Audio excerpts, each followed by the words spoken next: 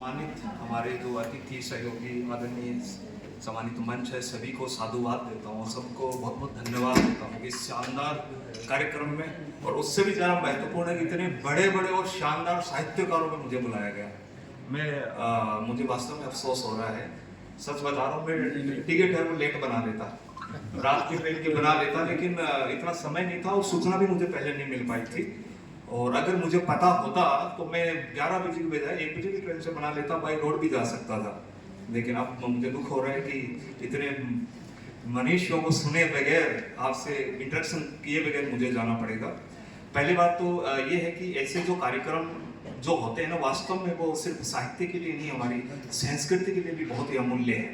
और मैं तो जब से कोटा आया हूँ देख रहा हूँ कि सिंगल साहब मेरे सोशल मीडिया से जुड़े हुए हैं, तो ना केवल साहित्य बल्कि संस्कृति है, महिला विमर्श है, बुजुर्ग विमर्श है, बाल विमर्श है, हर क्षेत्र में सिंगल साहब उनकी टीम इतना अच्छा काम कर रही है कि मैं बड़ा गदगद हूँ। यहाँ कोटा में मुझे 3 साल हो चुके हैं सिंगल साहब, और पहले के 2.5 साल मेरे बर्बाद हो गए। मैं इसी उम्मीद में रहा कि साहित्यकारों से मिलूंगा, लेकिन क्योंकि आप जब बाहर निकलते हैं तो कोई आपको पहचानता नहीं है।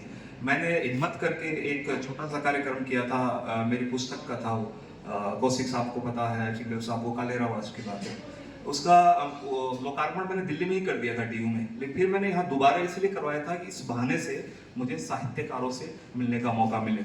और मेरी किस्मत देखिए, उसमें मुझे सिंगल साहब, उसी के टाइम मुझे निर्मोही जी, राजू भैया जी, बहुत से, इवन कौशल जी, पता चला कि कोटा साहित्यकारों की भूमि है और कितने बड़े बड़े यहाँ साहित्यकार हैं, मुझे पता भी नहीं था इतना। और उसके बाद में मैंने सभी से, आप लोगों से विनती की कि छोटे छोटे कार्य में मुझे बुलाइए।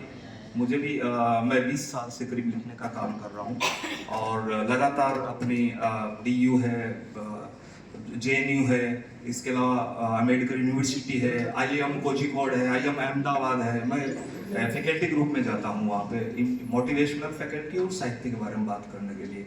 लेकिन यहाँ आके मुझे इतना कुछ सीखने को मिला है। मैं आशा करता हूँ कि आप जितने भी यहाँ मनीषी और इतने बड़े बड़े साहित्यकार बैठे हैं, आप प्लीज मुझसे जुड़िए।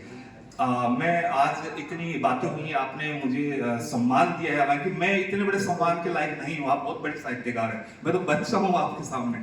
लेकिन फिर भी मैं चाहूंगा कि आप लोग सोशल मीडिया के जरिए मुझसे जुड़ जाए। मेरे मोबाइल नंबर आप लिखिए और आप प्लीज मुझे हेलो करिए व्हाट्सएप पे।